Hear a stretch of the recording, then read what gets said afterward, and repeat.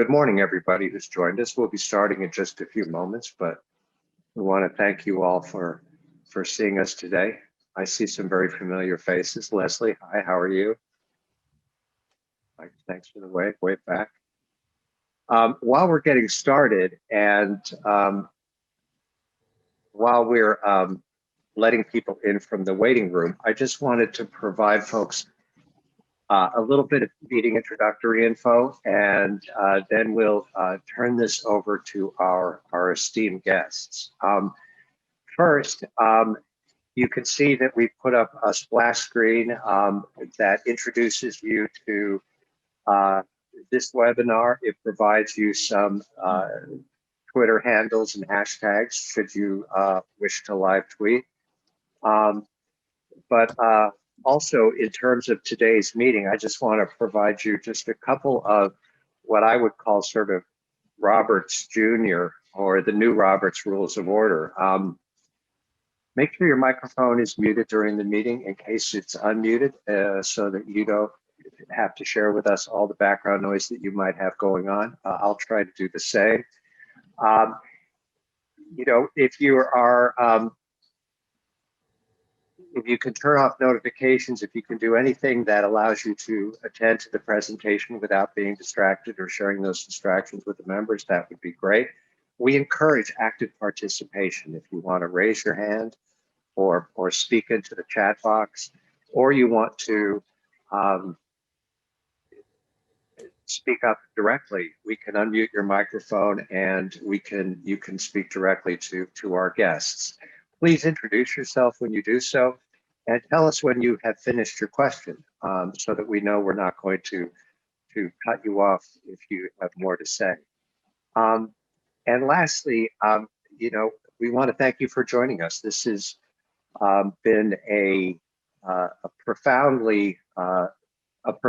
and unusual period of time for all of us with COVID-19, with the strain that it's put on the health system. And we are grateful for you to make time out of your day to spend it with us.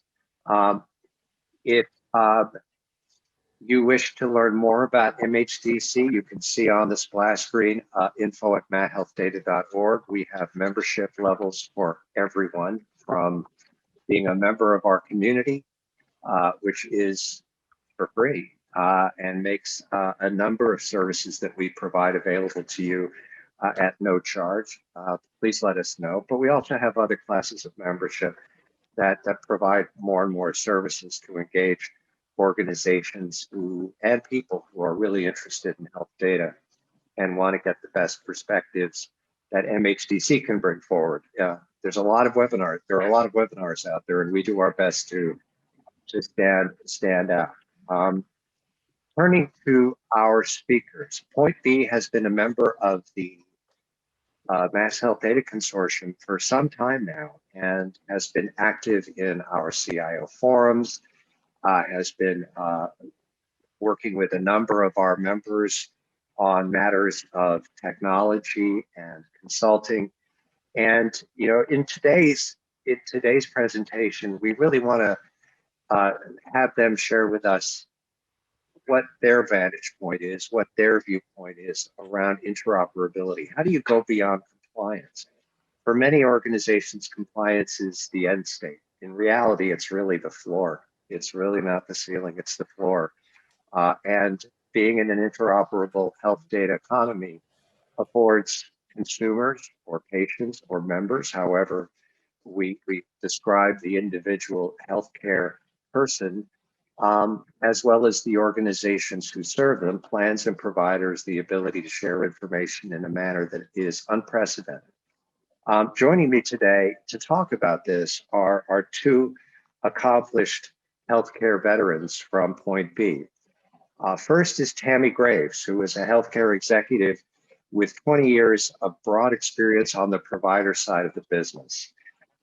She's a practical strategist, which is, I think, not an oxymoron. It's actually the right way to be a strategist if one thinks about strategy becoming operations. And she has helped organizations bring ideas and goals from their chaotic inception to to the actual operations of an organization. Areas of focus include strategy, operations, brand marketing, change management, and communication. Susan Yetzel is an accomplished health insurance operations and strategy professional with extensive experience in the delivery of those imperatives that are critical to the success of a business. These include strategic planning, design and development of the integrated business and technology solutions required, and she specializes in core healthcare operations such as enrollment, eligibility, member transactions, control center operations, financial operations, and renewal processing. So please join me in welcoming Tammy and Susan. Tammy and Susan, thank you for joining us, and I'll turn this discussion over to you. Thank you so much for the warm introduction, Denny. I'm Tammy Graves, joining my partner here, Susan Yetzel, and I'm really excited to be here today. By now, I think we are all aware that last year the clock began ticking to implement the 21st Century Cures Act, Interoperability and Patient Access Rule. Investment has been pouring into this space, but many organizations are still not prepared for this transformation. Can we go ahead and start the slide deck?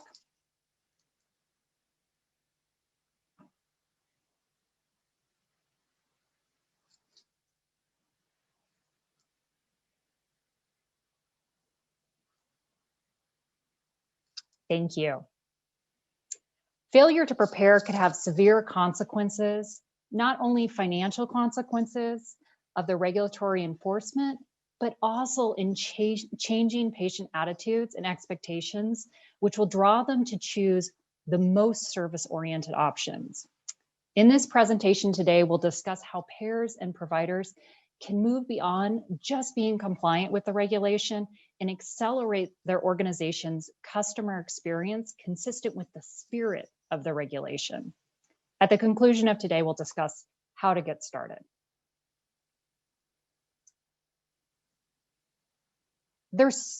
If we can just go back to the last slide. Thank you. There certainly have been a lot of headlines over the last year related to the Cures Act and interoperability. Just a few of them are on the screen. Our position is that interoperability is an opportunity and not a burden. As I shared, today's conversation isn't so much about the regulation and interoperability, but truly about the spirit behind that regulation. The opportunity for empowered consumers that own and make decisions about their healthcare data and what that means for providers and payers. So often with regulation, we forget what the regulation is intended to change or to improve, and instead focus only on the metrics that are tied to financial benefit or penalty. We lose the forest through the trees. Today's conversation is about the forest. We're going to take a look at how, when combined with other consumer empowerment trends, such as telehealth, interoperability presents an opportunity to focus on your value proposition for consumers and develop it into a competitive advantage.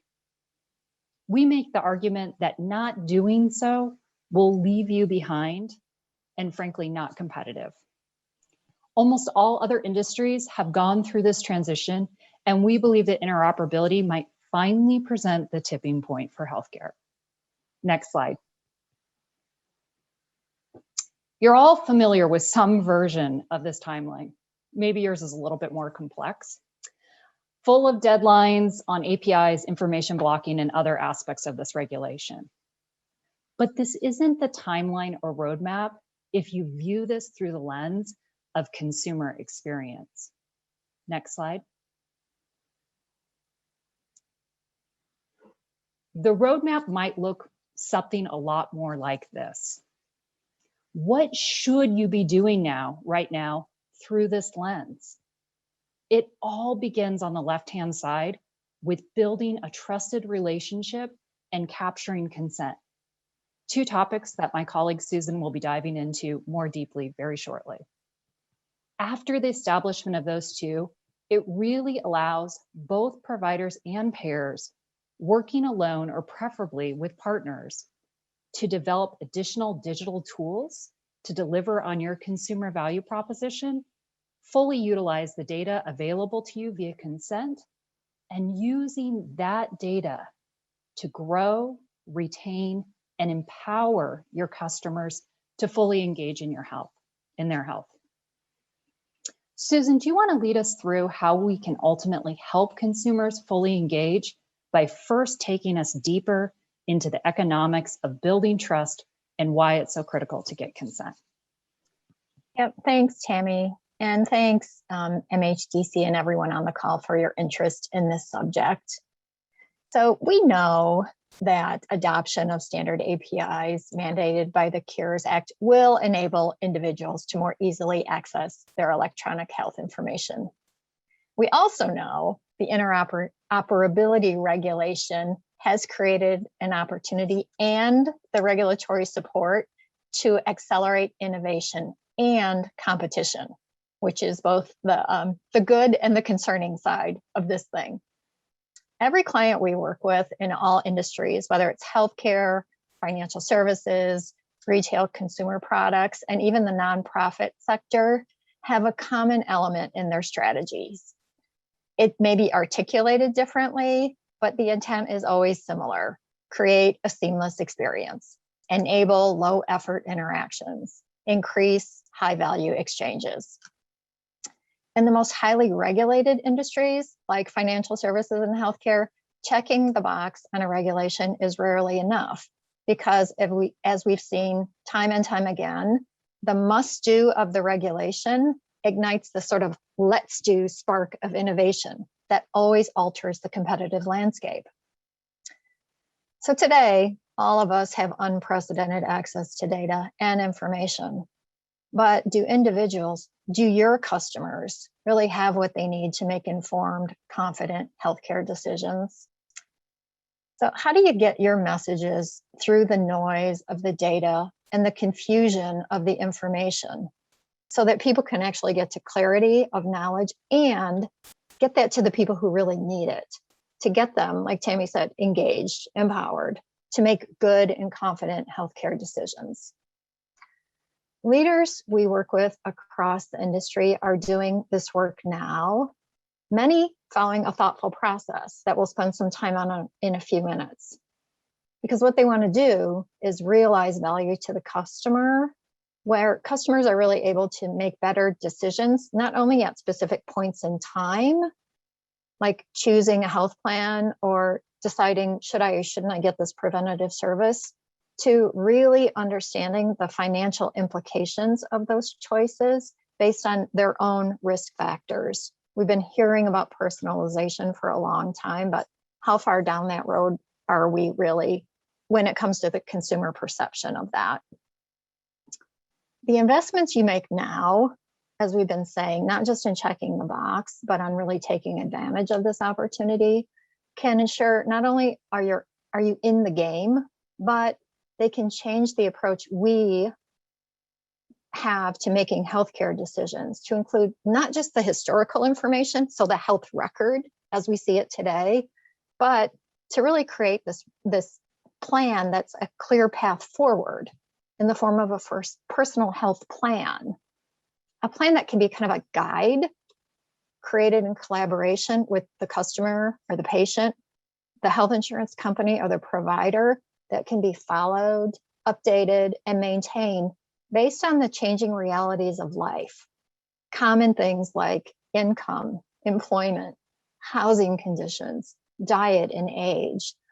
All of those things which have really been magnified in the last year as we emerge from this pandemic now.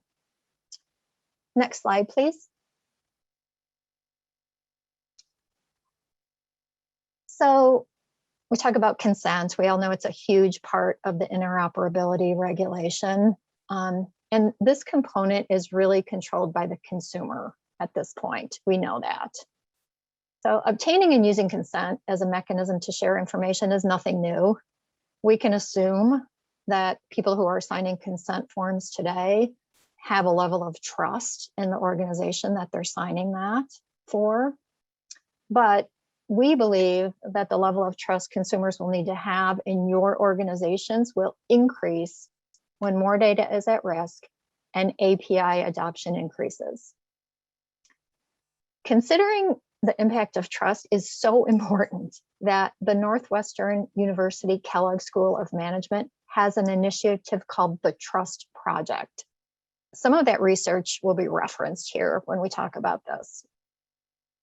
First, let's touch on two things that are not typically viewed as related: economics and trust. Economists are actually really invested in this subject because the absence of trust results in barriers to economic growth.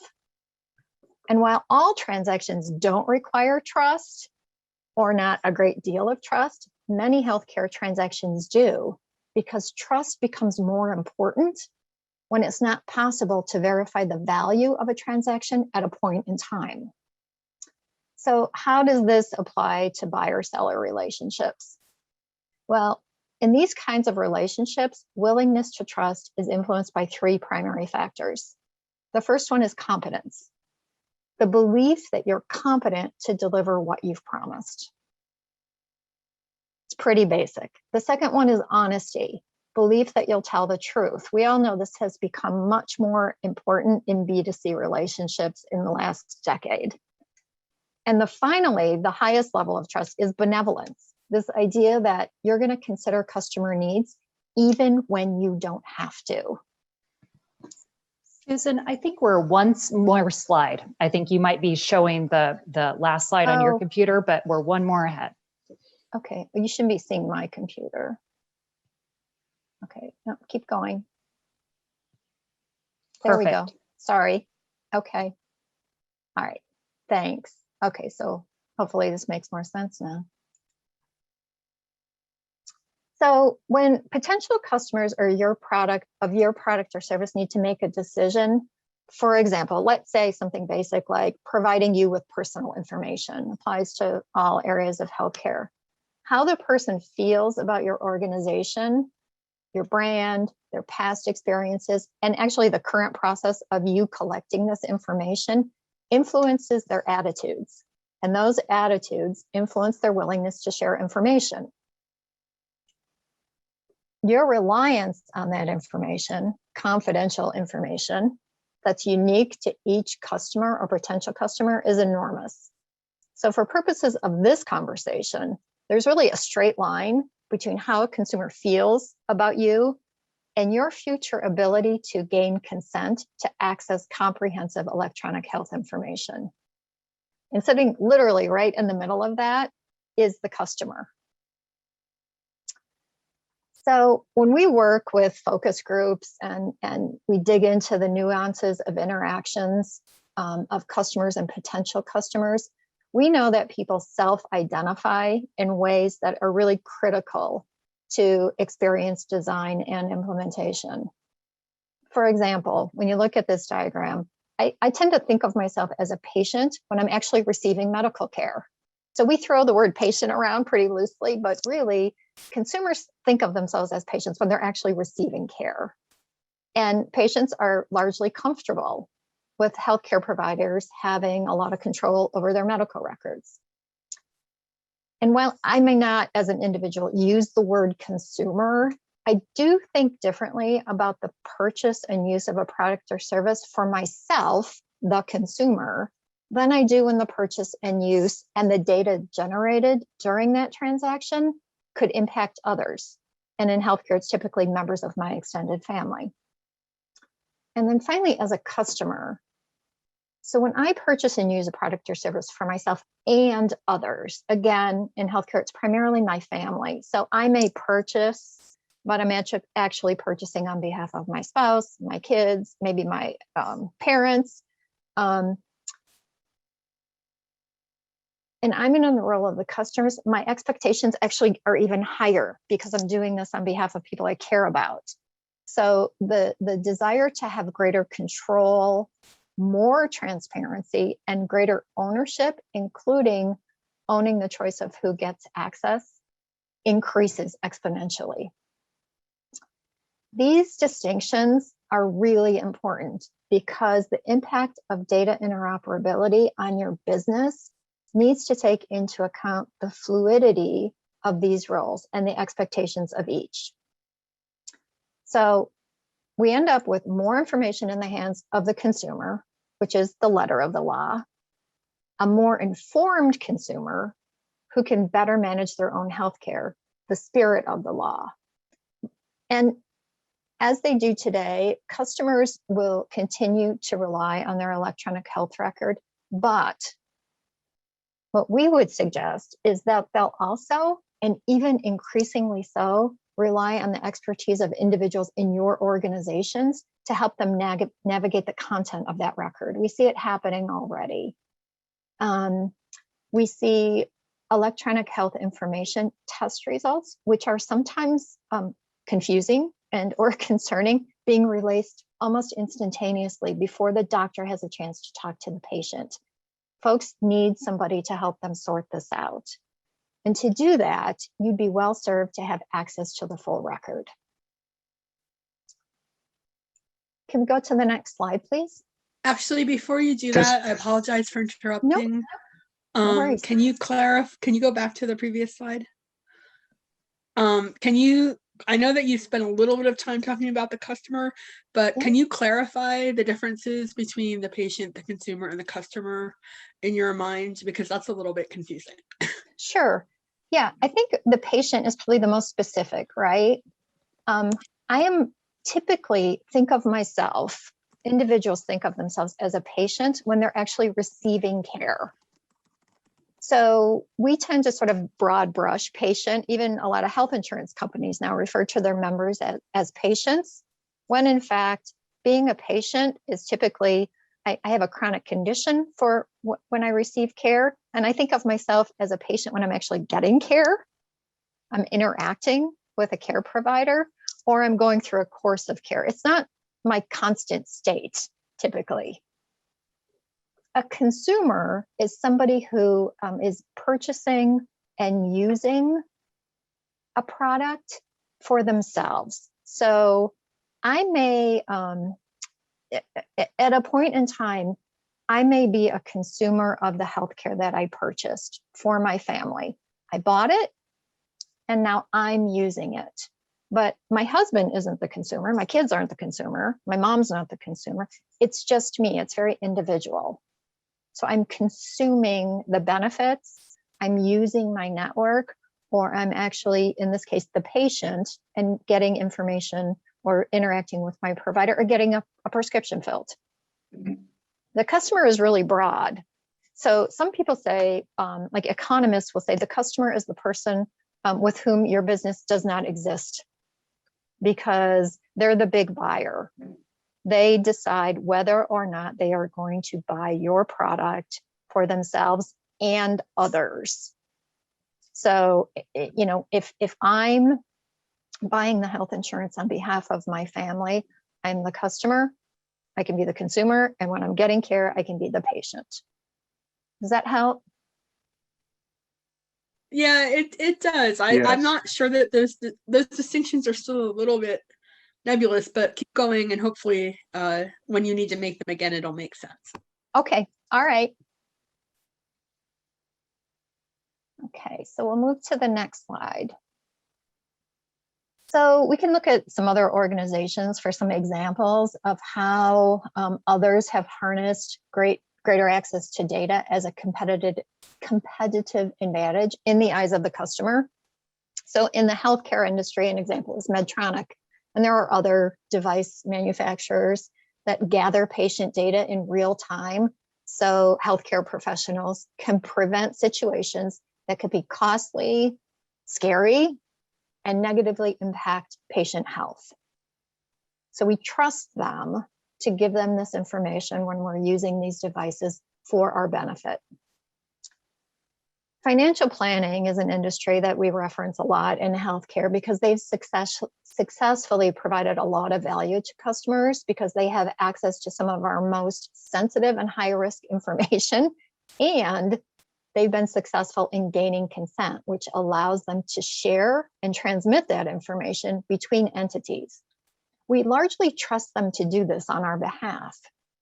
If we think back to those 3 levels of trust, we may not do it because we think financial institutions are particularly honest, but we do think they're competent. So we largely believe that they will keep our data secure. And then when it comes to managing our financial planning, they know how to do that. And then the last example here is Uber. So, it's a rideshare service, but they've really elevated the value they provide by working in some cities with city planners to meet specific needs of the residents. They can do this because they do have your consent to access your data, how you move around the city. And our giving them this consent has sometimes, sort of to use a healthcare example, resulted in improved access to healthcare because some cities are transportation challenged, cities like Boston. It's really hard to get around. Cities like San Francisco. So Uber works with city planners to actually help them to make transportation to healthcare more accessible for folks. So when we get back to everybody on the call today and your interest, how are you thinking through the value your organization can enable by going beyond checking the box on interoperability? If we can go to the next slide.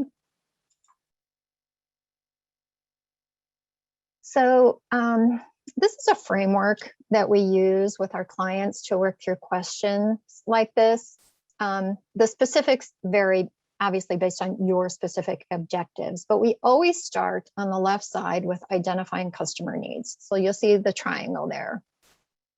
So most of you probably have a pretty good idea of what your customers' unmet or underserved needs are, but we often find that the list of needs can be pretty large, and having an organizing mechanism can be really helpful for that.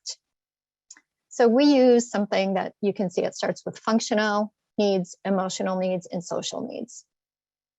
I'll get into an example in a second. So functional needs are really based on what your product or service does. So basic functional needs. What should this provide me? What's the value here to me?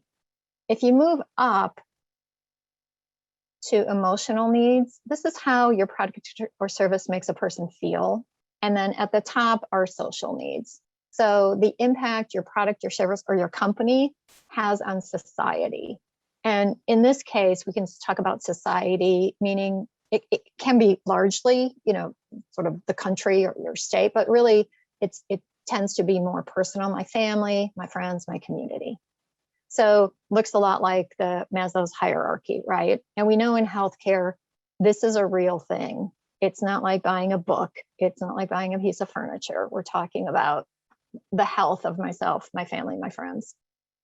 So the calls to action that you see here in the middle in this framework, these are examples that are aligned with the spirit of the Cures Act, the need to build and maintain trust.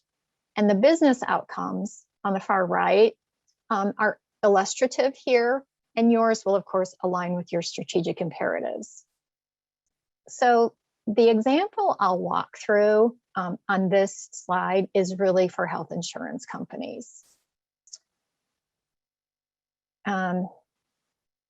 We work with a lot of health plans on customer journeys that really start with shopping and go all the way through use of the product. So that's kind of what this one will be based on.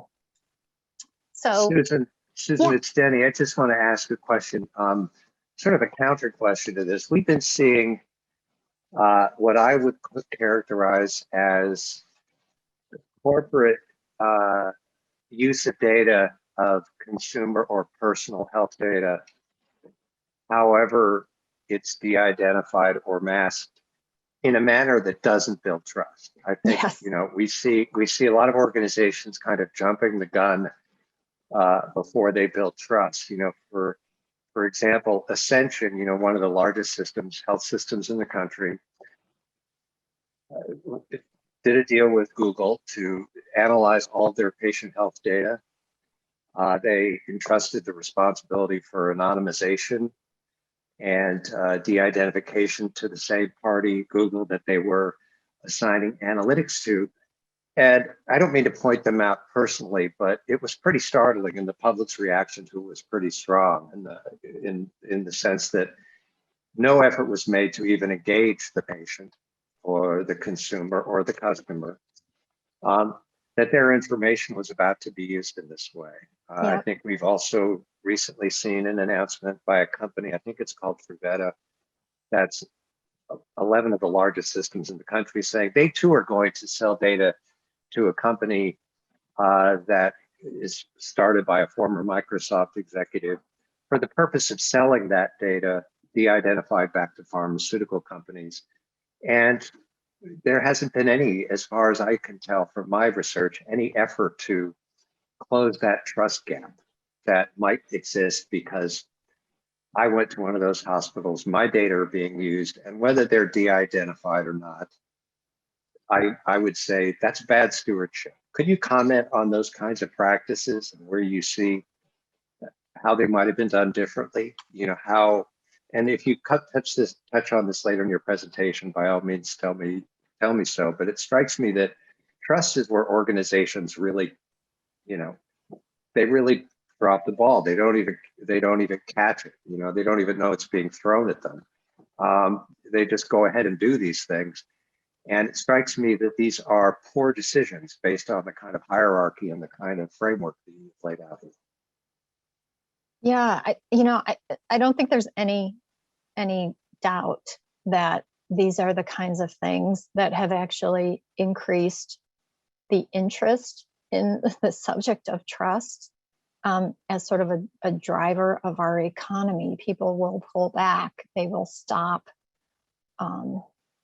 allowing their information to be shared. And, you know, I don't know that I can, you know, I'm not an expert in that field specifically, but what I do know is that, you know, going back to, you know, a non-healthcare example, which, you know, I think we're all familiar with on a national stage, where, you know, the whole sort of Cambridge Analytica, and regardless of what you think, you know, sort of the outcome of all that was, like, that organization, by doing what they did and by getting that on a national stage, really pulled back the covers on not just how insecure our data is, our personal information, but on how it can be shared, and scarier yet, be used to manipulate us. I mean, that's just a fact. I mean, the science is there that shows that this can happen. So I know there is a lot of work being done right now from a private sector perspective, but also from a regulatory perspective on the subject of data ownership. And, you know, unfortunately, the regulatory restrictions that need to be put in place to ensure that that kind of thing doesn't happen, particularly with sensitive health information or sensitive financial information. So, you know, we don't have anything further on that subject in this presentation.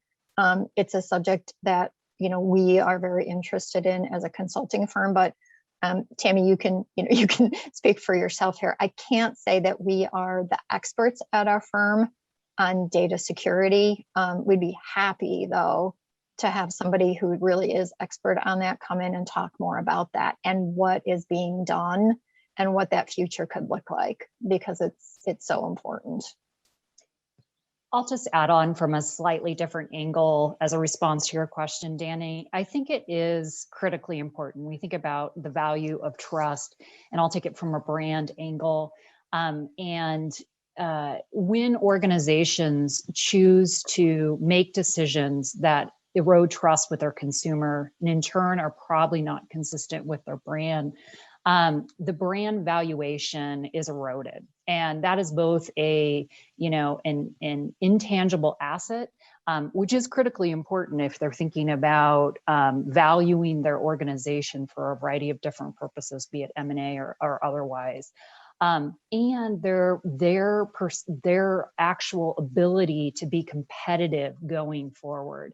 So I think, to your point, as more headlines become apparent, and this is a good example of the actions of consumers and customers versus patients, consumers and customers are the ones that hold the cards in making buying decisions versus a patient who just receives, and I'm using the word who just in this context, but receives care.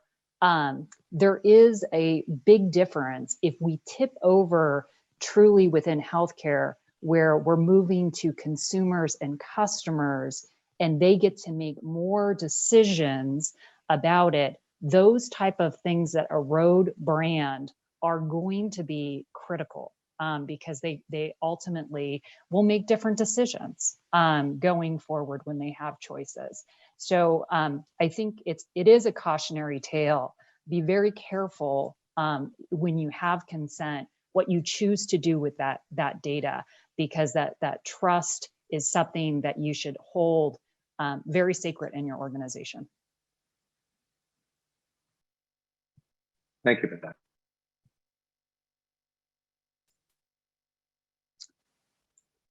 Okay, so I think, you know, one of the things that we talk about, just sort of getting back to your point, and I think Tammy will cover this a little bit more on the provider side. You'll see down at the bottom is some of your business outcomes. We actually call out safety and security. So one of the tricky parts here is it's not just you, right? It's not just your organization. When that data is going into, and we don't have a slide on this, but you know, using the TEFCA framework or whatever other data framework we end up with relative to interoperability, it could be unclear where the data breach occurs. And so, not to confuse your members or to make them, you know, really uncomfortable with this, but who you decide to partner with is really important, how that's done in your community or your state. And then when, you know, there are going to be a number of APIs, but knowing which API your customers are using could also be helpful to you as an organization, because can you help them to navigate that confusing world and ensure that they are making the best and safest choices when they get there. But you know, your calls to action can clearly be better achieved if you think about the ability to access member data through consent as enabler of your business outcomes, one of those being safety and security of your customer data. But they also include things like managing risk. So when you understand people's health history and what their predictive analytics show in terms of future, that's really going to help you manage risk. Having all that data can also really help you accelerate value-based care. I work primarily on the insurance side, and you know, we know that in order for providers to have more trust in payers to be able to execute on value-based contracts, having access to the right data to be able to actually complete financial transactions accurately is essential. And it can also help you to like increase the uptake of your digital tools. Because you've got more information, you can do more personalization. That sort of high touch interaction can feel and actually be more like what a consumer would feel when they're talking to a human being on the phone. Not that you shouldn't have human beings talking on the phone, but more people could be more comfortable in adopting the investments that you've made in your digital tools. So if we go to the next slide, Tammy's going to talk about the same framework, but in the context of the provider side. Thanks, Susan. So we know we have a great audience today that represents health tech, payers, providers, other parts of healthcare as well. And so we wanted to at least cover the payer side, as Susan just went over, and then provider. So if we take the same framework and apply it to healthcare consumers or customers within that provider lens, the content of the hierarchy, the call to action, and the values for providers shift slightly. Looking at the triangle again and starting at the bottom, functional needs of consumers and customers might include access to their care team, however an individual defines their care team, understanding their health and what their doctor recommends, and having and knowing how to use their health information to make choices about their care. All three of these needs are directly enabled by interoperability. This is a perfect example of why the consumer is at the center of this regulation. And for us not to forget that this is what the regulation is trying to resolve, not simply compliance. Higher up the triangle, we get to emotional needs. These include confidence in their care team, empowerment, that they own their health and have the decision-making authority about who they share that with, and that they feel safe providing information and receiving services. To me, this sounds a lot like anything that you would need in a trusted relationship, huh? Trust is the foundation to gaining consent here. Finally, we move to social needs. Do consumers feel confident in referring your services to others? Do they feel connected to a broader healthcare community? And do they have confidence in their buying decision? This is key. These are actions of consumers, not patients. Consent drives patients to be empowered and act in a way that is consistent, that they hold the cards in their health. Ultimately, the value for providers that meet these needs is multi-layered, depending on your focus. But they could include, and we're on the far right-hand side of the slide now, efficiency and quality.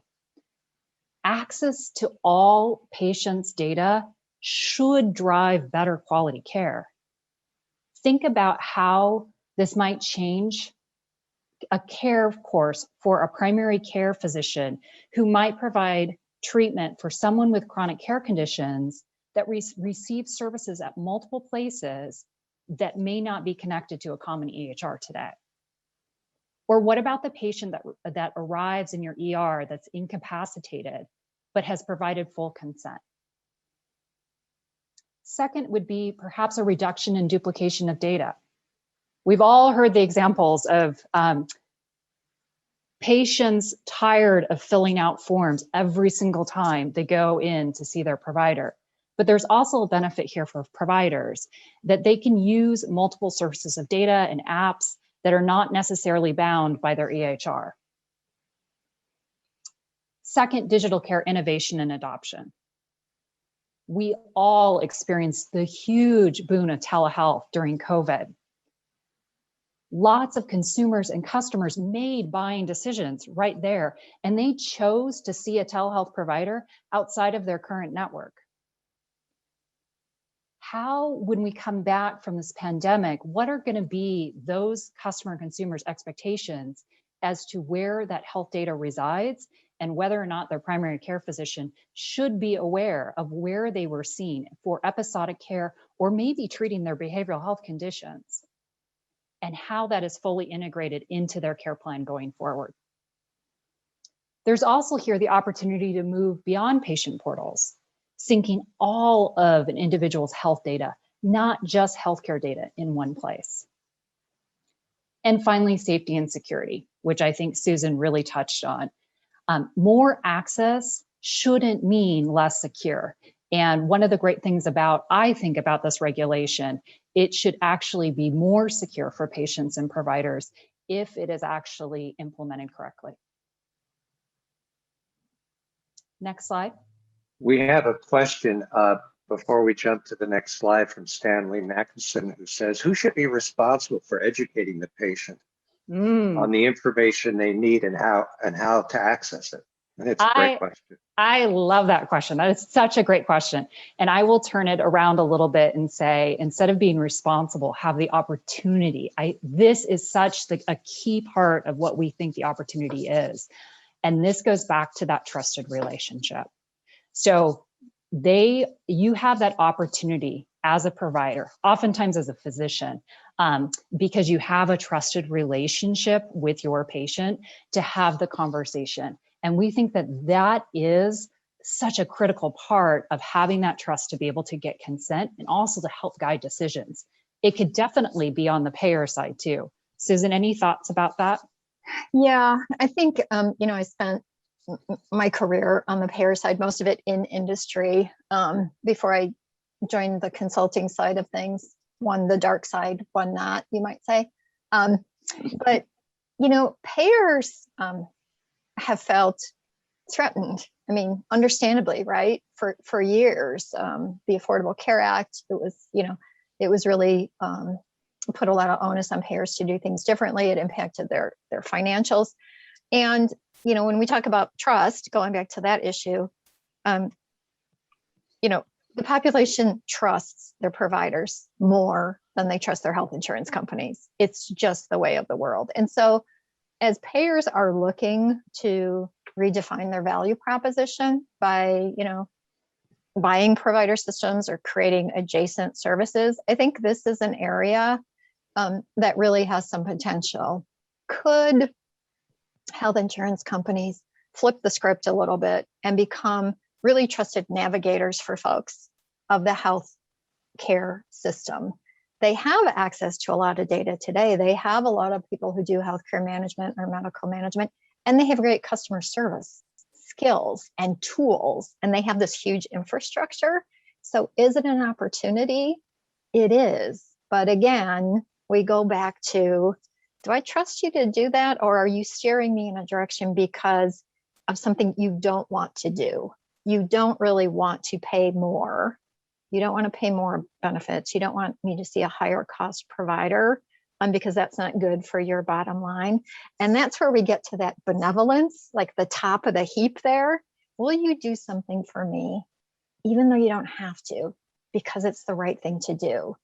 And I think health insurance companies are much more aware today, in the decade since ACA, that oftentimes that is the best thing to do because it overall reduces healthcare cost and risk, in the long run. So I think it's an opportunity. I could go on and on both sides of the equation. It just depends on how do you want to show up? What do you want your brand to represent? And what are you willing to invest in this? Mm-hmm. Well, one of the things we know from the regulations, and Janice Karen, my colleague, echoes the same in her chat comment, is that the health plans are the conduit through which consumers are going to get all their health data. Right. Because no provider, even in a fully interoperable health system, no provider is going to have all the data because patients, members, consumers see physicians and get services that are out of network or outside of the provider's purview. And this is a huge switch for health plans. I think some are embracing it, some are terrified of it. Yep. But in many respects, it answers one of the questions they've always been asking, which is how do we engage our members in their health? And they have been given, they've been handed, the gods punish us by granting our wishes. They've been handed, the means to provide a member all of their health data in a form that a member can use with an application that accepts and works with those kinds of APIs and that kind of infrastructure. May well be an app that the plan itself has designed and had built for just this purpose. But it's an opportunity in many respects for the relationship between the health plan. I mean, I've been in the provider side almost my entire career, but I've never seen a switch like this where health plans have suddenly been put in they're the conduit. The data, it doesn't go through them necessarily. That's not really the right analogy, but they have the data across multiple providers, multiple plans that allow an individual to get it all from one place, if you will. And it's a position of considerable importance and prominence in a consumer, patient, customer's life. Yep. And I think there are people who are going to do it well. There are organizations who are going to do it well, and organizations who may not do so.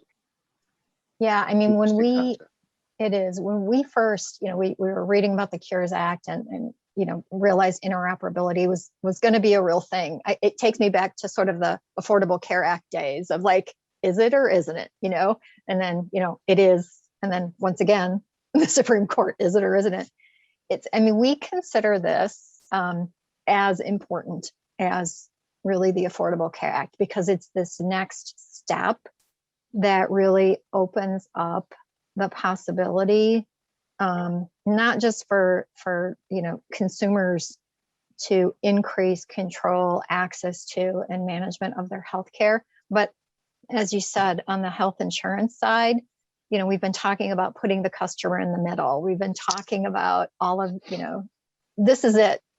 It's go time. It's a fun time for me. I didn't think I was going to get another one of these in my career, and here it is. So it's pretty exciting.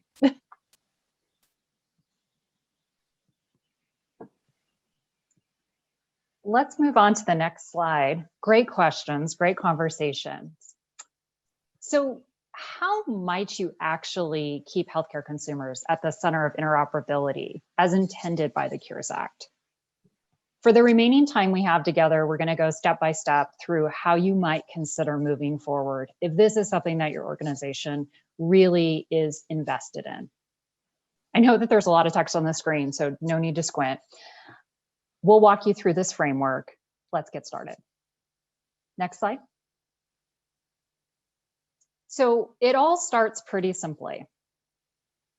What is your value proposition for your customers? What value will you enable through shared data if the customer consents? Just what we were talking about. What will you provide the customer in return? Next slide. 3 things to consider as you think about defining your value proposition. First, align to your organizational strategy. Anchoring on your overall organizational strategy is the key to defining the right value proposition to drive forward with your customers. You don't want a customer experience strategy to be disconnected with your overall organization's mission, vision, strategy, and brand. For example, if your mission and organizational strategy drives operations to cover as many lives as possible, your value proposition might be anchored in benefits for an individual to be part of a broader health community and how you will deliver on equitable care for all. Second, let customer needs drive opportunities. Focusing on the primary goals and needs of your customers provides a natural prioritization and optimization path. We just went through a bunch of customer needs through the functional, emotional, and social lenses, but that really is only a starting place. I would ask myself, are you clear on what the goals and needs of your customers are today? And 3, observe the competitive landscape. Understand how your competitors and other industries are filling gaps and driving new value for their customers. How will you do the same as the result of consent? Leverage what we can learn from other industries that have responded to things like GDPR. We said at the beginning of this presentation that we believe that this might be finally the tipping point for healthcare, but almost every other industry has gone through this, and there are real lessons to be learned there. Next slide. We have an opportunity to take a breather and have you all respond to a polling question. So we have a polling question for you. And for healthcare customers, what do you think is the most compelling value proposition of the Cures Act? If you click the polls button at the bottom of your screen, you should be able to see the polling. There's a duplicate in the poll. Number 3 is not there, and number 2 is repeated twice, just as an FYI. Okay.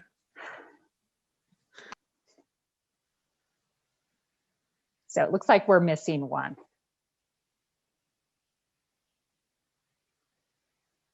Maybe you all can pretend that number 3 is ability to shop for care. Good idea.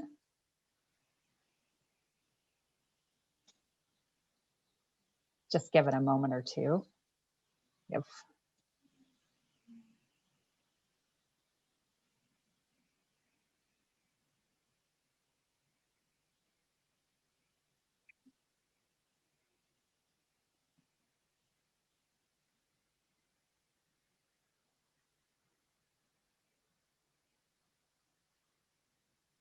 Okay, it looks like full access to health record regardless of site of care. No surprise there. That feels like one of the most compelling, um, definitely impacts of the Cures Act for customers. So moving back into our presentation in our next slide, thank you everybody for participating in that. I have an opportunity to do another polling question in a moment. Can we move to the next slide? Great, thank you. After you've defined that value proposition, really moving in your process into current state definition. What current capabilities do you have in place to address that value proposition? What products and solutions already exist? Next slide. So 3 things to consider as you think about defining your current state. Understand what's already in play. Understanding the work that has been completed and underway will help you uncover gaps that need to be filled for going beyond just compliance with the regulation. In addition, what are you already doing to drive the defined value proposition? For example, we've been working with several clients that already have robust patient portals with high use by their patients. If your value proposition is to ultimately help patients manage all of their health in one place, what added capability could you wrap around the functionality that already exists to make it more attractive to consumers to actually utilize it? Second, define existing gaps. While your key to success goes beyond mandated capabilities, it's important to understand both what our regulatory and other gaps currently exist. I'll talk a little bit about the most common ones in the next slide. And then finally, access experience across all channels. This is the biggest pain point that we've seen with customer experience in provider health systems across the country. Value is achieved by removing silos and orchestrating an omni-channel experience. Accessing and addressing customer challenges by experience versus channel.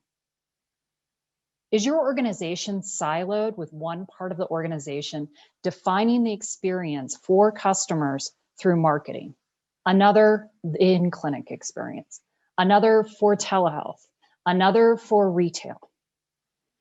Think about other industries and other brands that you appreciate, maybe outside of healthcare.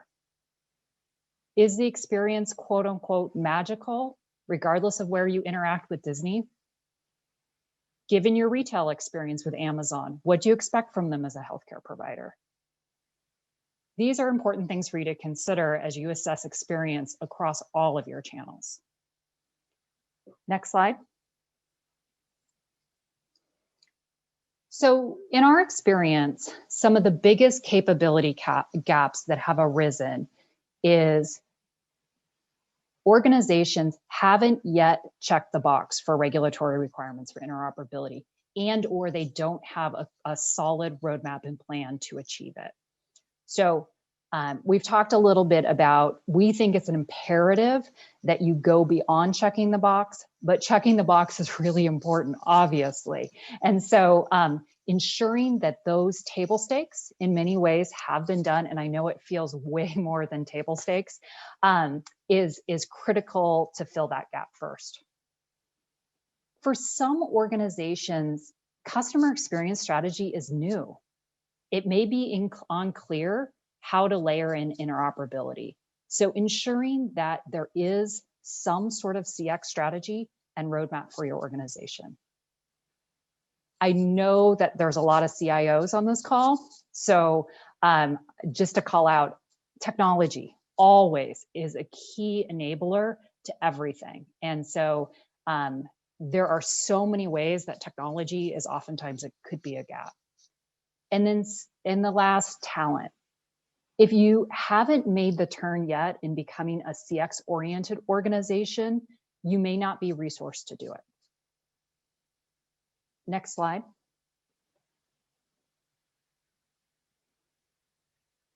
So now that you understand your value proposition and current state, it's time to think about the future. When you think about the future state experience and how to align your capabilities, you're really asking yourself two questions. What is the optimal experience for the customer to drive forth your defined value proposition? And how will you enable that defined value proposition and future state experience for your customer? Next slide. So two primary things to consider here. One, keep vision and goals top of mind. Supporting business goals and value proposition with experience, opportunities, and investments will drive direct value. Whatever you call it, chasing squirrels, the bright shiny object, there are so many times that we see that investment is spent on things that are attractive, but might not ultimately drive the value proposition. And so just be cautious as you consider what really attractive things might be put in front of you and ensuring that they deliver on the ROI and it aligns with your vision and goals.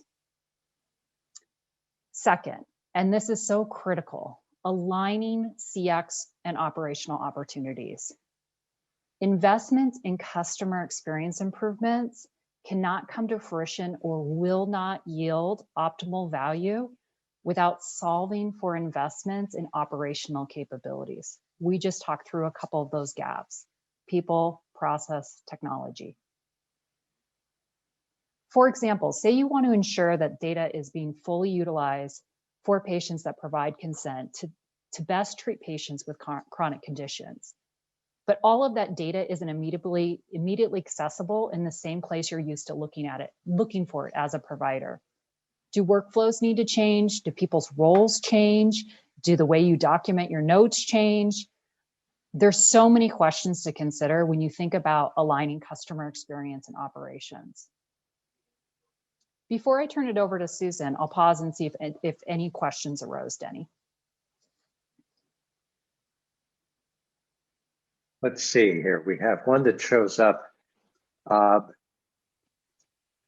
that I know we're going beyond the regulations. No, I think we've covered everything so far. I think one of the questions that I have is that, you know, this is an exercise that health plans and providers should be doing. And this is not meant to be a shameless plug on MHTC's part, but it's a lot easier to do this together than to try to do it alone. You know, interoperability requires that the same data be exchanged among multiple parties.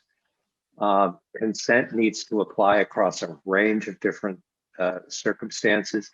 So it seems to me that while a part of this is what, you know, is critical and confidential, you know, sort of self-assessment by a plan or provider, some of this is the kind of discussion that you would want to have with others.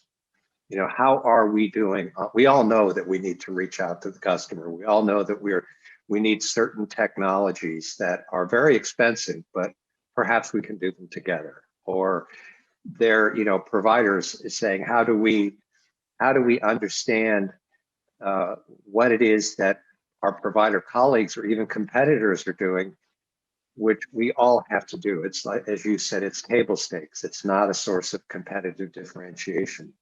Do you see the organization saying, maybe we should sit down, you know, at the table with some of our competitors, some of our plans or providers, depending on what side of the table they're used to sitting on, and saying, let's walk through some of this journey together?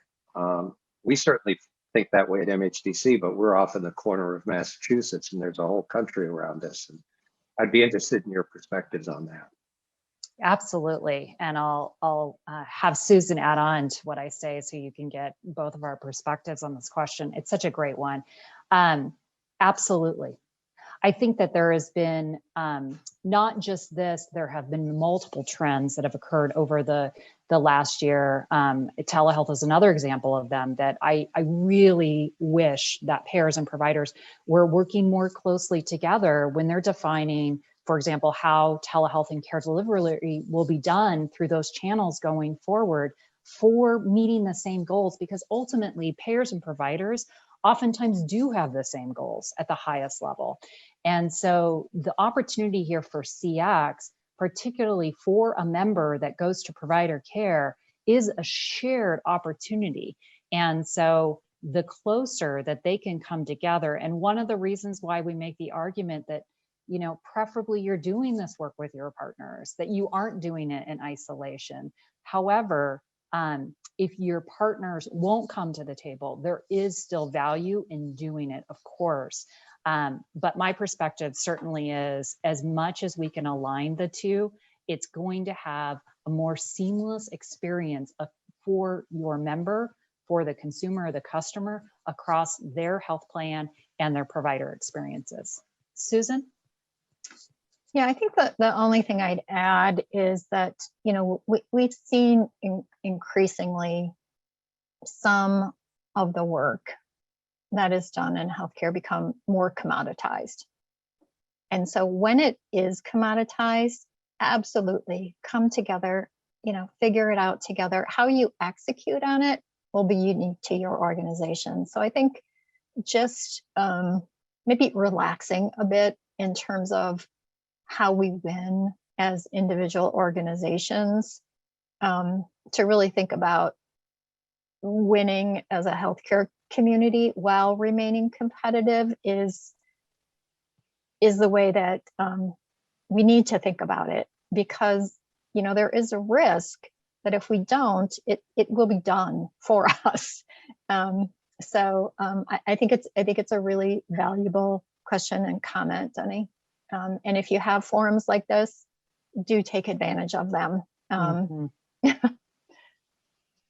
We do, and we are. It's a Yeah. challenge. It's Yes. I think, you know, there's culture, which is an enormous trumps almost everything except the law, and even culture can make the law seem secondary. We know, for example, that a substantial number of hospitals and health systems are not providing easy access to their pricing data. You know, there's an article in the Wall Street Journal, rather shocking, but at the same time, not so shocking for an industry that feels that they have invested, you know, a tremendous amount of money in developing enterprise technologies, and suddenly we're all supposed to be, you know, a collaborative, or we're all supposed to be doing things with an eye toward not the business, but toward the consumer.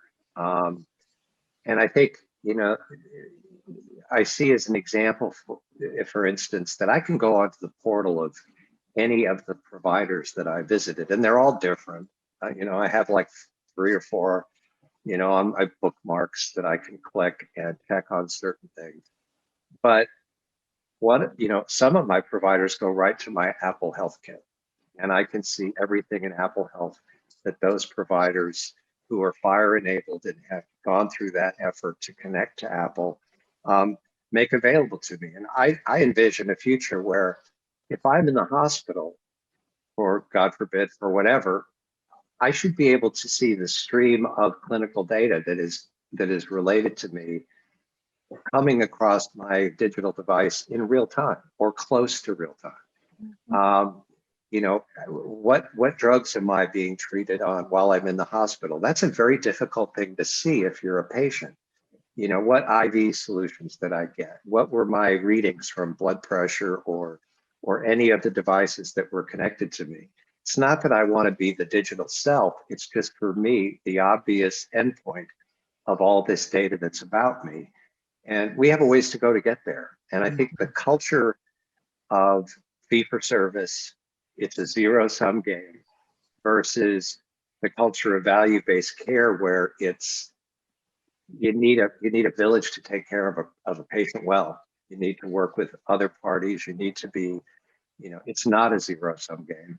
I think that's a major shift in healthcare, and a very difficult one for a lot of organizations to go through. But I think it's happening anyway. I'll get off my soapbox, but that's what we see from our vantage. Yeah, and you know, we believe very strongly that it will happen. I mean, Mhm. it's not an if, it's a when. And so what does that mean? What does that mean for how you do collaborate, you do engage, you do learn from others to make the system better and also survive as a business?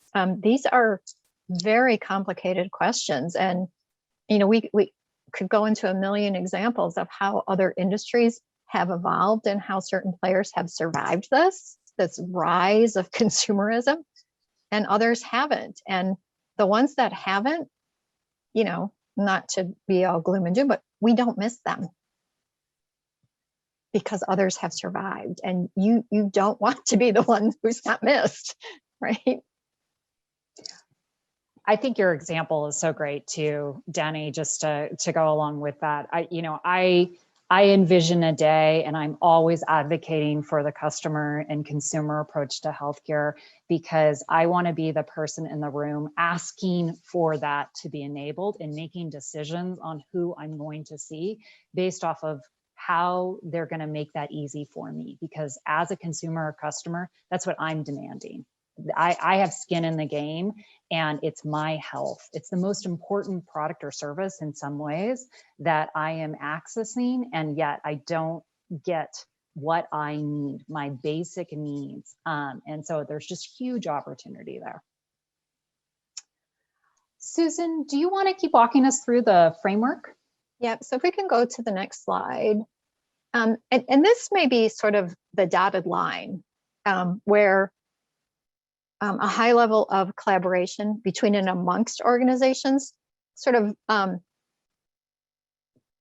tails off, and we start doing a thing that's like essentially for our own organization. And that's when we get to transformation planning. So we've talked about our future state experience, we've aligned on capabilities, and now transformation planning, which is where you determine which aspects of the experience will have the greatest impact on your customers. And you define how you're going to assign value to quantify that impact. So it's not just saying we think this is important, it's saying we think this is more important, because at some point you're going to get to a roadmap, right? And your roadmap needs to not just contemplate your highest priorities, but also the dependencies. So if something is, we've all done, the Foursquare where it's a super high value, but it's also a super high lift. Okay, how many of those can you get done in a period of time or during a project cycle? The other important thing we like to stress with roadmaps is to make space to iterate based on learnings. All of this should draw on the value proposition, which is at the far left of this document. So what did you decide your value proposition was when you start on this journey? And then it's really during this phase that you start to think about change adoption or change management, because that's a key to success. Once it's like the rubber's meeting the road in your organization, let's make sure that you're going to prepare your people for this. We can go to the next slide. Again, we've got key considerations. And when we're moving from what may be a really large list of capability gaps to actionable initiatives, this is sometimes where momentum can really slow or even stall, because you hit this brick wall of reality. So we'd love to do all these things, and we have barriers or we have limitations. So to really actively to really effectively activate opportunities, we really recommend that things should be classified and organized into just clear and distinct work efforts. So you may use like a kind of a value stream map or something like that to do this. And really, again, taking into account interdependencies and the foundational technology needs and the availability of talent and resources to actually execute on these items. Next, and we've talked about this a lot, but always keeping in mind that you want to prioritize with customer and business value in mind. So we know ROI is driven by multiple levers, including growth and retention, savings from operational efficiencies, sustainable customer value, derived not just at points in time, but like we talked about before, internalized and used for future decision making, such as, do I stay with this provider system when I have a choice? Do I keep this health insurance plan when I have a choice? We know your organizations need to move quickly, but we also know that taking the time during this part of the process to design a realistic roadmap that prioritizes feasibility in conjunction with these customer and business needs is critical. We have seen so many roadmaps that flounder during execution because they're simply not practical for a variety of reasons. I think all of us, I was in industry for a long time, had roadmaps, big roadmaps, physical roadmaps, sitting in drawers, sitting on shelves, taking up space on our computers that we didn't execute on or we partially executed on. So part of the, there can be a number of reasons for that, which we'll cover on the next slide. But one of them is just simply that they weren't practical. So if we can move on to the next slide. This is certainly not an all-inclusive list, but some of the challenges that organizations face when getting tactical during transformation planning include developing a compelling ROI to secure funding.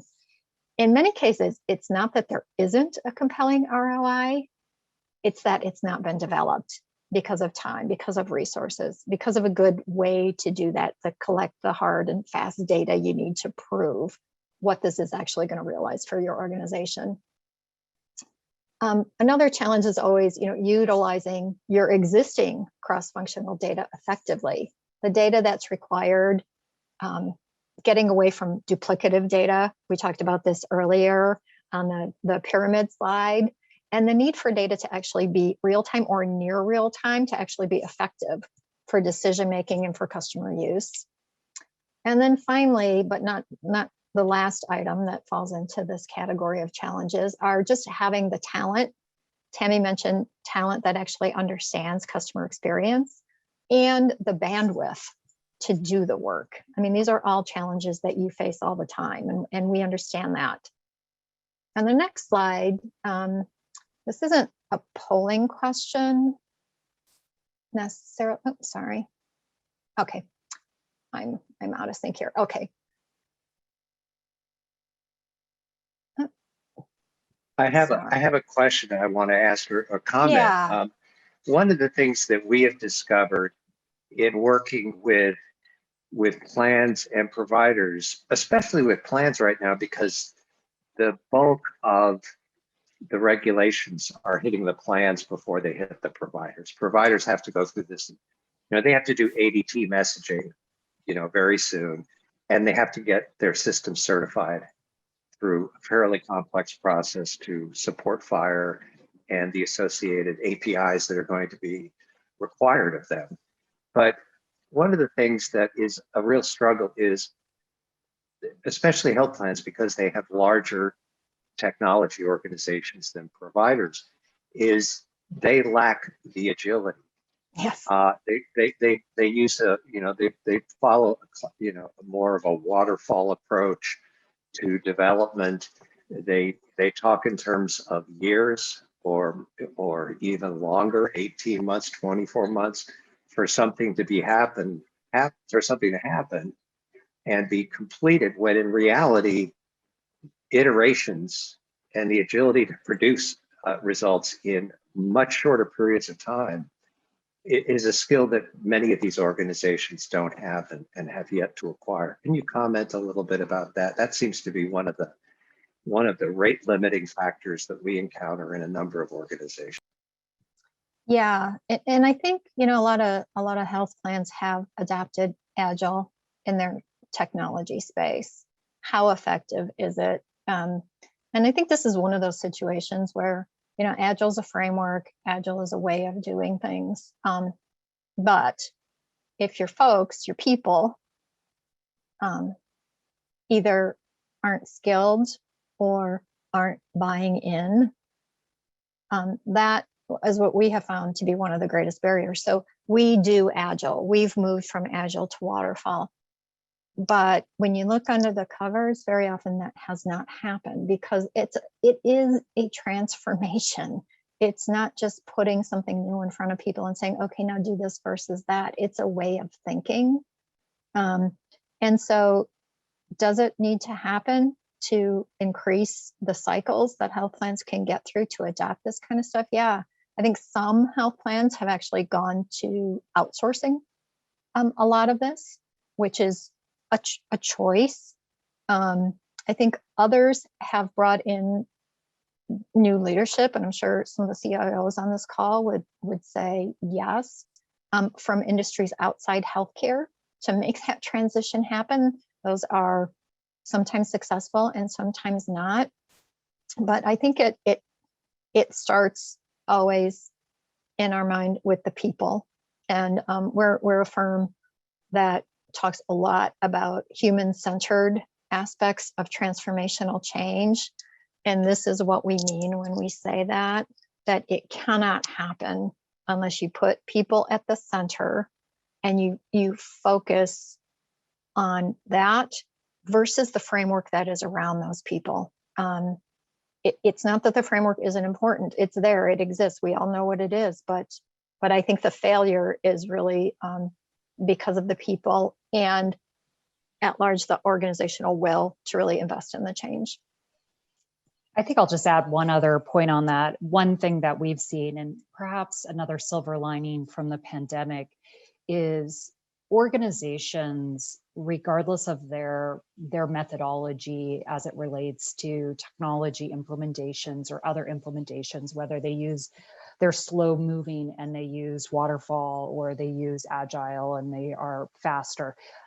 Oftentimes, just as we made in looking at this framework, it has to tie back to the overall organizational strategy. And if that strategy is slow moving, you cannot be adaptive to market changes. And ultimately, as we move into a more customer experience-based society within healthcare, what your customers are going to need and want. And so COVID-19, a lot of the larger health systems and health plans started to take a look at that. And we did work with several clients that were really looking, even from a top layer, how can we shift to a more adaptive overall strategy for our organization?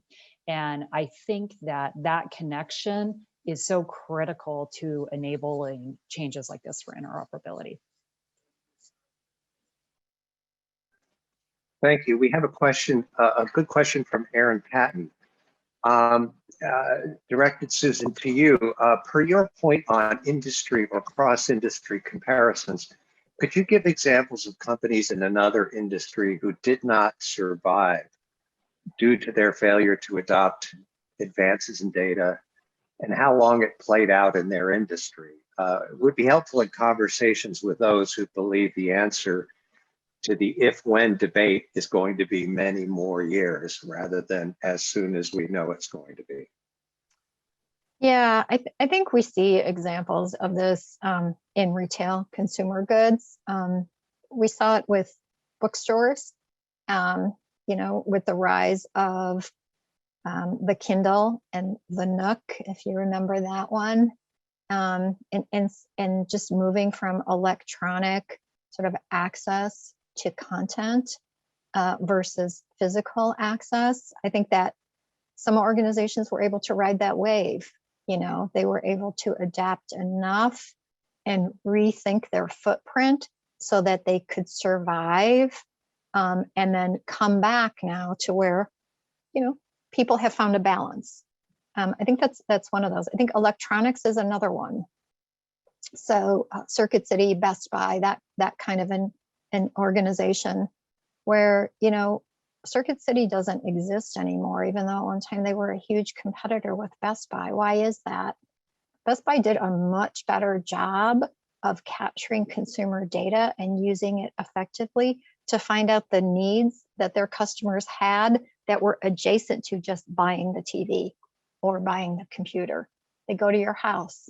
They help you set the thing up. They help you fix the thing when it breaks. I forget what their cars are called, but they're zooming around and actually interacting beyond the transaction. I think those are a few that really stand out in my mind. I don't know, Tammy, if you have any other thoughts on that. Yeah, the Geek Squad, right? Yeah. Thank you, Janice. And what a great name, right? Yeah, those are great examples, Susan.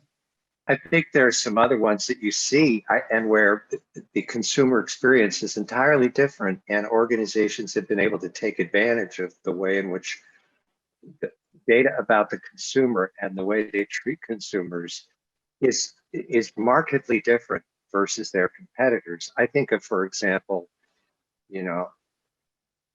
Nordstrom's as a retailer has made the transition to online, and they make returning something as easy as you could possibly imagine. It doesn't matter if you've taken it out, if you've worn it, you can put it back in a box, you can send it back to them and you get a full refund. They even give you free shipping on top of it.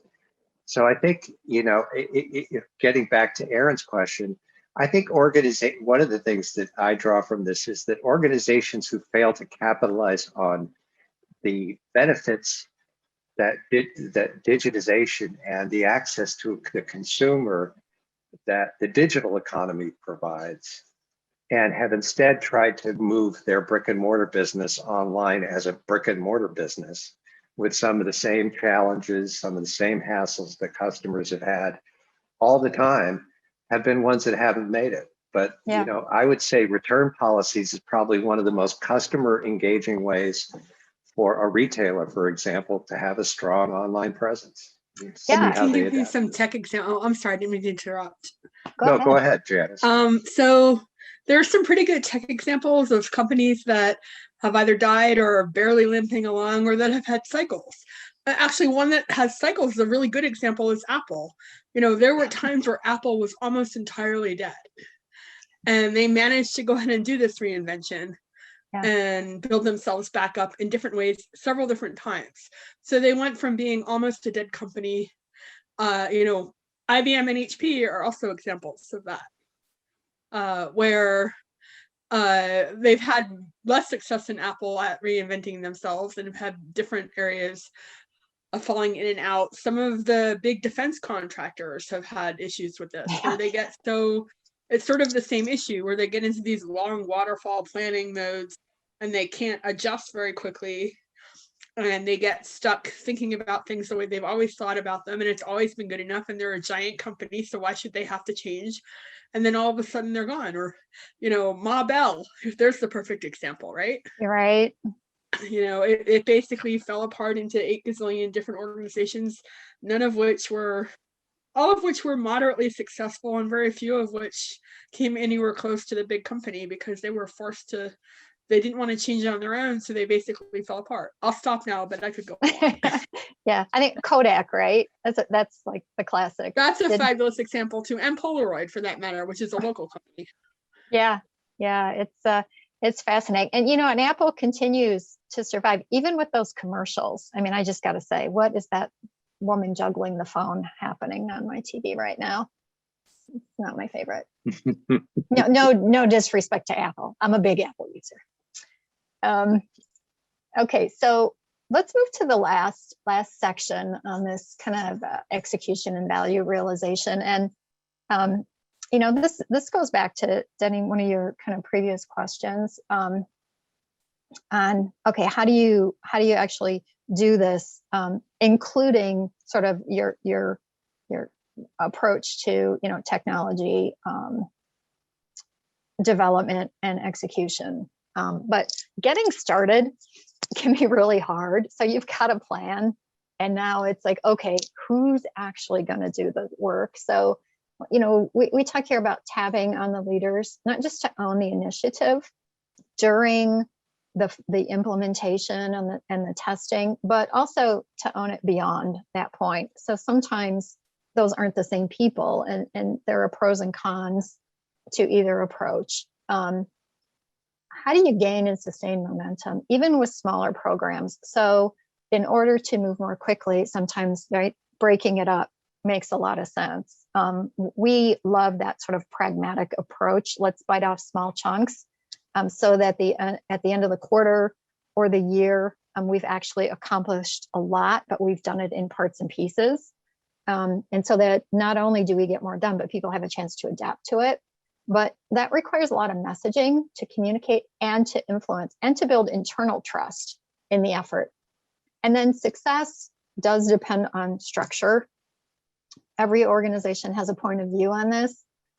Structure can be too heavy, too light, too formal, too informal. It runs the gamut. But what we know is that structure is necessary and that it should work in a way that's in sync versus in conflict with your cultural norms. So bringing in something that's just completely foreign. Yeah, go ahead. Susan, I'm just saying, I think we're on the next slide. If I missed something, we just got a comment. Is there a slide 23 or are we at the right slide for you? We can move to the next slide now. Yep. Okay, so, I wasn't certain. We had a comment and I wasn't certain we were keeping up with you. Yep. No, this is good. This is where we should be. Okay. So, yep. So again, key considerations. So delivering experiences and associated operational improvements rarely rest with one functional area, which is why cross-functional alignment, coordination across functions will always drive greater value and efficiency. It might take a little longer, but it will get you to the end game much more intact and saying, yep, we achieved what we set out to do here. Again, focusing on communications and messaging ensures that your internal teams and your stakeholders, I'm sorry, I just lost my place, understand like why you're doing what you're doing, how you're going to do it, and when changes will occur. Versus, and we've all seen this, you leave a void and that gets filled with misinformation that at best is distracting, but at worst can be disruptive and even damaging because people will just make things up in the absence of information. Again, this like people aspect that's so critical. And finally, implement and evolve.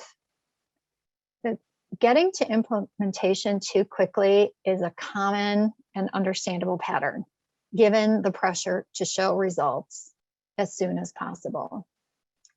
A well-designed implementation plan with supporting structure, or dare I say governance, I know for some organizations that's like a taboo word, but one that's appropriate for your organization will provide guardrails to mitigate risk during this phase.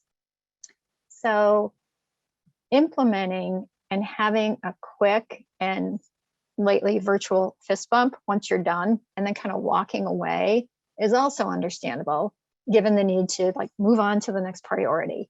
But it's also not the best way to realize the value of the investments that you've just made. So making the case for collecting the data and the analytics and the insights internally and from your customers with consent, of course, to evolve and ensure that you'll remain competitive is something that we don't ever want to lose sight of. So if we can move to the next slide, I think we're gonna close this part of the discussion with another polling question. And it is really thinking about execution and realizing value and obstacles to success. Are your greatest challenges internal? So things like clear accountability and ownership, effective project management, or something like, we're trying to do agile, but we're not great at it. Or are they external? Things like communicating with your existing and potential customers in a way that really differentiates you. Unfortunately, I think we're going to have to skip this poll. Oh, sorry, go ahead. Just pretend number 2 there is corresponding with number 2 there. For some reason, it's not.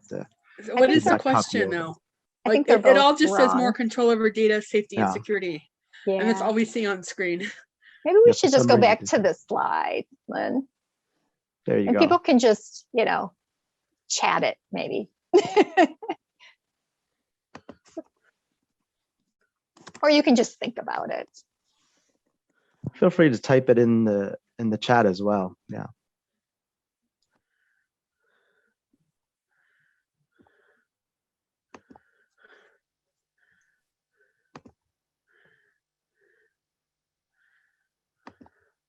internal by a mile. And I got a few internal that were messaged to me directly rather than going to everyone. Okay. Okay. I am But have we seen a single external? I don't think we have. seen a single external. So it's all us, right? The good news is we should be able to fix that stuff.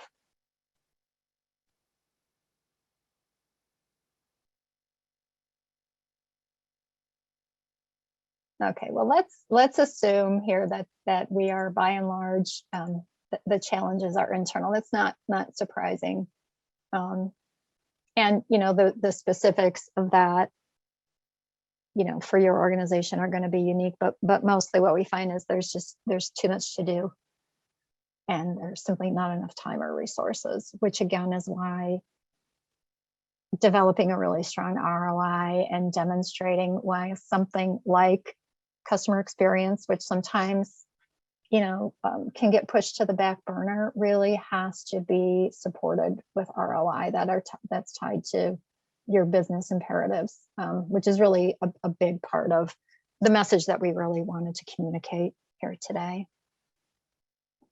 So if we can move to the next slide.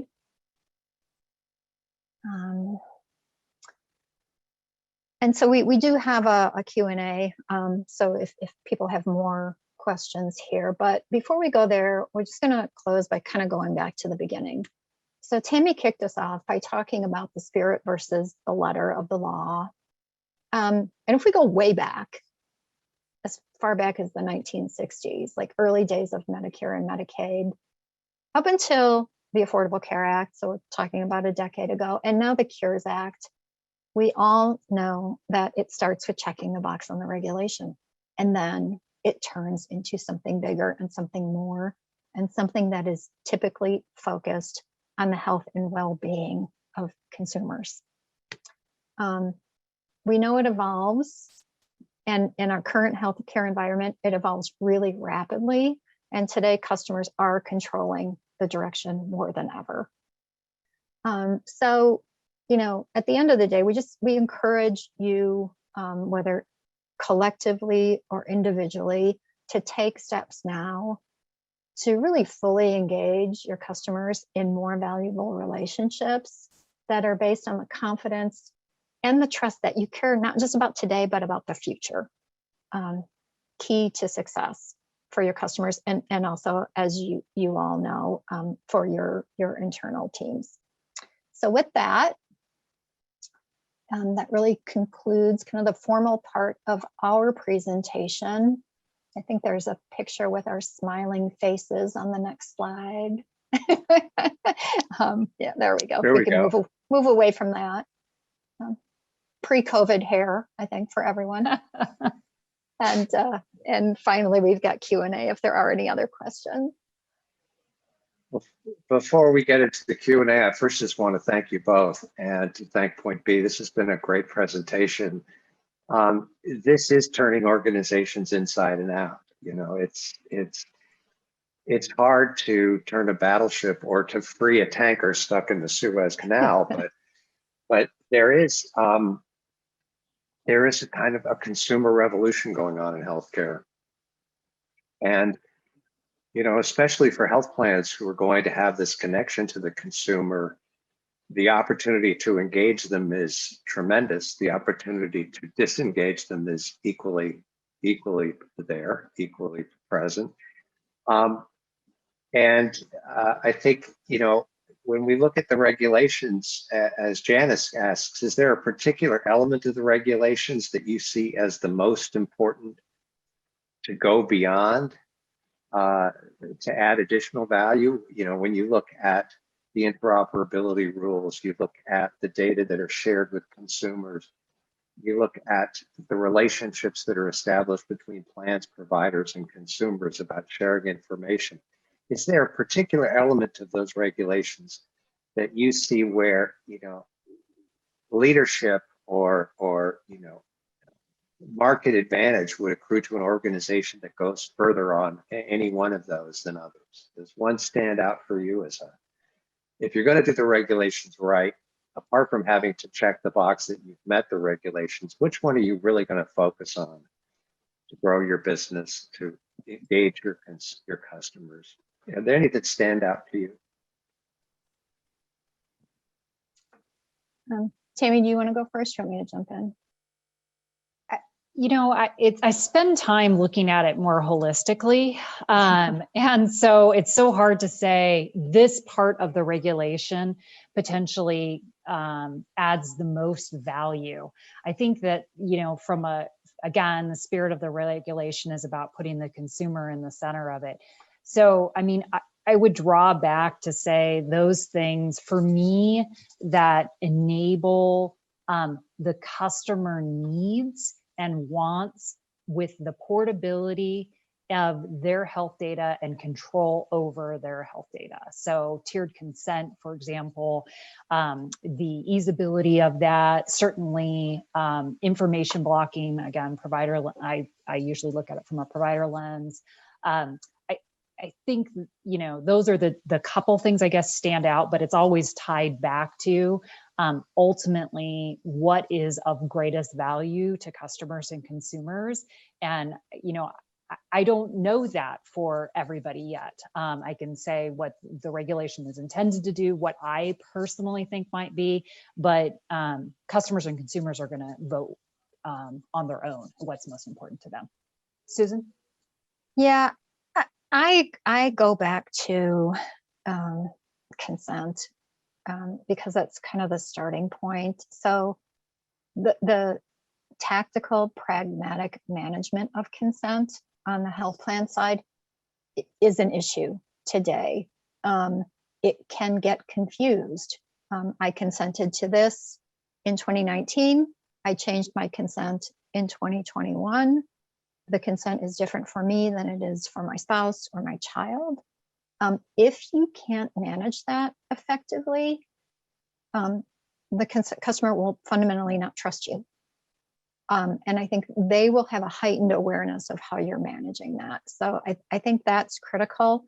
I also think on the payer side, how you use the payer-to-payer data that you're now exchanging is going to be really critical. So using it in a way that is comfortable and effective and value add for consumers and doesn't feel like you have overstepped. So it's, again, it's the taking the data. Okay, now we've got information. And now what do we know and how do we use that knowledge effectively in a human interaction, whether that's done over the phone or digitally? That's a very human interaction. So I think it's those nuances, not just that you exchange the data properly, but how you use that when it comes to personalized interactions with folks. And probably from the consumer side, how you enable that in a helpful way, so that it isn't just Susan's point earlier was a great example of maybe, and Janice, I see your question in the chat box, you know, perhaps the dark side of potentially of interoperability where, you know, there's always a pendulum with these things. You know, for so long, providers were restricting access to test results, and sometimes, you know, consumers were so frustrated by how long it took them to release, even if they were part of the patient portal. Now, swinging way the other way, where very sensitive test results may be shared with no context and with that they can't draw clear conclusions from it, or has huge impacts on how they might think about their health going forward. And so both a drawback and, you know, when I think about the regulation of this law, one of those opportunities as well. Yeah, we see oncologists and hematologists right now specifically pushing back on the pieces that say you have to release those results so quickly. They don't have time as a care team to discuss the test result, to potentially say, okay, it says this, but we think this is what it means. That's that really sort of human element again. You know, I speak from personal experience that when one of those results comes to you, and I understand healthcare, you know, better than the average person, and it's unclear or scary, it doesn't help your health. it makes you anxious. It makes you nervous. Yeah. And right.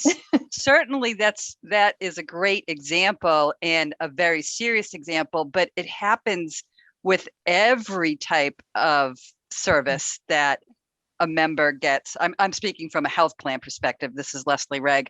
I work at Fallon Health, and from a health plan perspective, there's all kinds of services where our members get touchy about, and it can be something that is a very, very simple type of service. So when I was thinking, when you were doing the presentation, I was thinking that interoperability and sharing this data was going to heighten that animosity, but it might eventually level it out, because right now we get a lot of feedback from our members saying, you have no right to this data, stay out of my healthcare.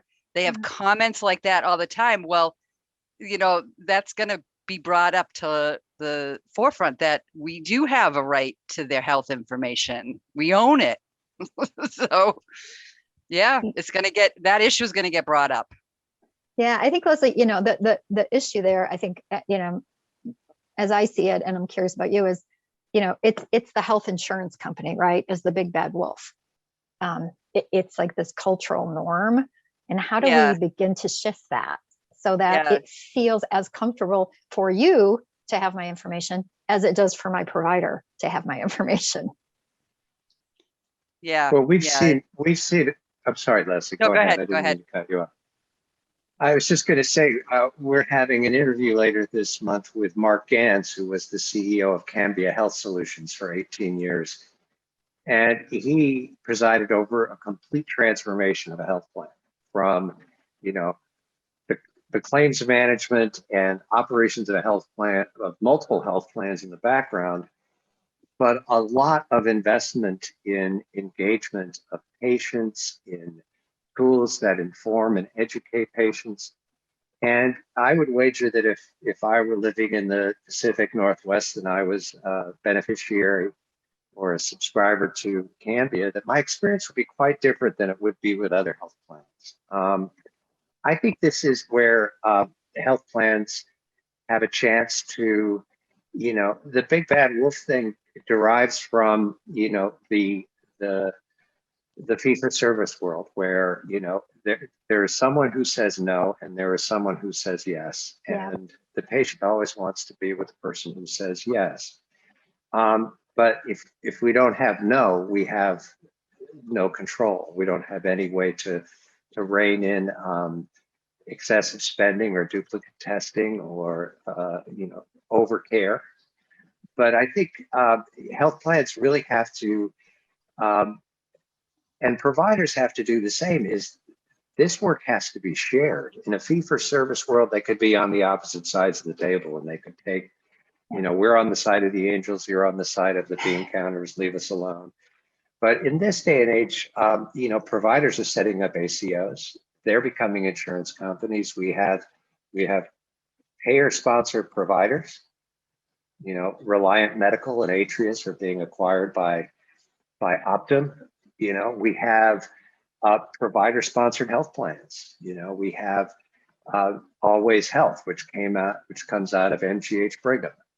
We have, these roles are getting mashed together, and I think, when the consumer sees the kinds of applications that this quality and volume of information are going to enable, and that many of these applications come from their health plan, some will come from their provider. They can have multiple ones, for managing condition to understanding how much they're exposed to more cost.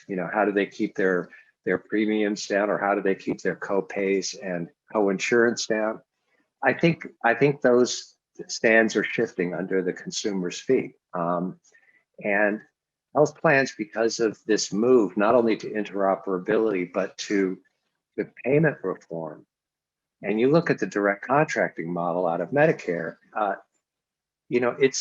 there's a lot of things that are going to change about who becomes an insurer and who becomes a provider. And I think the ability for health plans to really understand what the consumer wants and to invest in the technologies that enable them to be engaged is a chance to reinvent or turn those tables from, my doctor wanted this and you said no. Well, doctors are going to be in risk arrangements where they're going to start telling their patients, oh, we don't think you really should have that MRI. We think you might want to have, this. And patients are going to be equally upset with their providers when they hear no instead of yes. So I think those tables will turn. But again, I'm talking from our little corner of the universe and not necessarily representative of what's happening around the country. But I think we're seeing that happen in Massachusetts.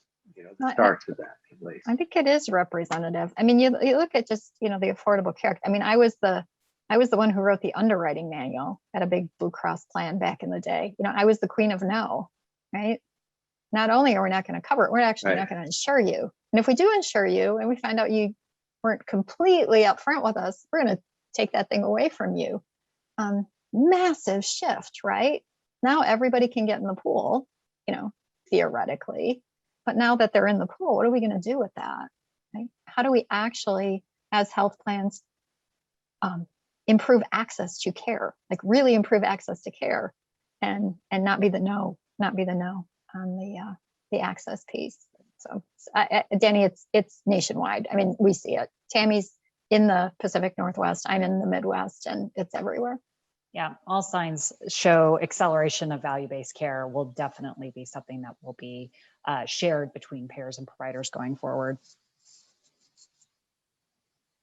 Victoria Torres says the drawback is the education level of the patient. I would agree, Victoria. Also, it's the access to the technology itself. Not everybody has a mobile device. And that you're developing a proactive approach to education before they see the results. If Victoria is still with us, I'm looking on my screen to see. Victoria, you can unmute your mic. Do you want to tell us a little bit about what you're doing? Hello, sir. So one of the concerns with the providers is that the patients will see their test results before the provider or a clinician is able to call the patient. So what we're currently developing is a process to kind of script and take a more proactive approach for these patients so that when a provider does order a test, they can explain if these results come back or if you see these results before I'm able to call you, to kind of help reduce the alarm level of the patient, because we live in Montana. It's very rural up here. So we, as a healthcare organization, supply healthcare to a lot of people who are not local. They're far away. They don't have immediate access to healthcare or the consultations that they need. So they may see test results that are a little more complex in their understanding. So what we want to do is we want to be able to give the patient the education before they leave that provider's office. If they're having a PET scan or a CT scan, because there's a concern for any potential cancerous results, just letting them know if this truly is a concern, this is what we have the capability to plan for before they see those. So, allowing them that information before they leave the office is what we're really trying to entail with our practice. That's excellent. It is excellent. And kudos to you for doing that. It's such a great idea. I would agree with the comment also in the chatbot, and additionally raises the healthcare equity is such a critical piece, enabled by and has to be top of mind with interoperability as well. Absolutely, and thank you. Thank you, Victoria. We are nearing the top of the hour, so I know that I have a hard stop in 4 minutes with another call. I'm sure our guests, Susan and Tammy, have much to do, and our guests today. Thank you all for joining us. This has been a fascinating conversation, and we're going to continue to have this conversation with Point B as we move forward through this journey. We've got about 3 years in front of us that look fraught with challenges and opportunities, and it's a pretty exciting time. But Susan, Tammy, thank you so much for presenting this to us today and for taking our questions. We're delighted to have you as a member of our consortium and to do as much as we can from our customer service perspective to support our members. I also want to thank everyone online. We will have a copy of the presentation, as you can see in the chat box, as well as a recording of this webinar available on our website within about the next 72 hours. I would say before end of business Friday. If you want to see a copy or you want to share it with colleagues, please do. It'll be available for you then. So again, without further ado, thank you, Point B. Thank you, Susan. Thank you, Tammy, Greg, for your membership, for your insights and your experience. And we adjourn today's presentation. Thanks all. Thank you. Thank you. Thank you.